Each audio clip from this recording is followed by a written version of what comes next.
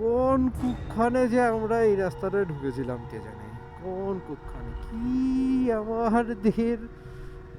যেমন Google map তেমন আমরা।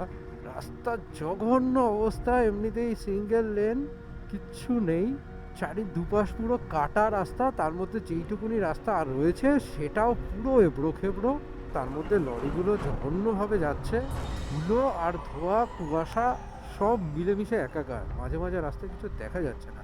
আমি অপেক্ষা করছি কতক্ষণে বড় জগুলিয়া আসবে। আশা করছি বড় জগুলিয়া আসলে পরে রাস্তাটা একটু বেটার হবে।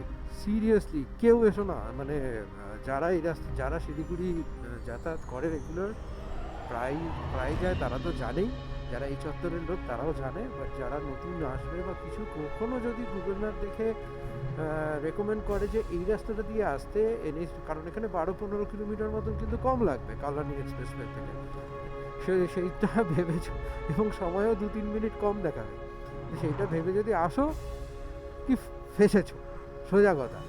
কারণ 2-3 মিনিট মনে হয় না at the end of the day 2-3 minute আদৌ কম হবে বলে। কোনোভাবেই এই রাস্তাটা ভেবো না তো, চোখ বুঝে কল্যাণী এক্সপ্রেসওয়ে যেও, হ্যাঁ চোখ বুঝে ভরসা করে কল্যাণী এক্সপ্রেসওয়ে ধরো, এই রাস্তায় ধরো না।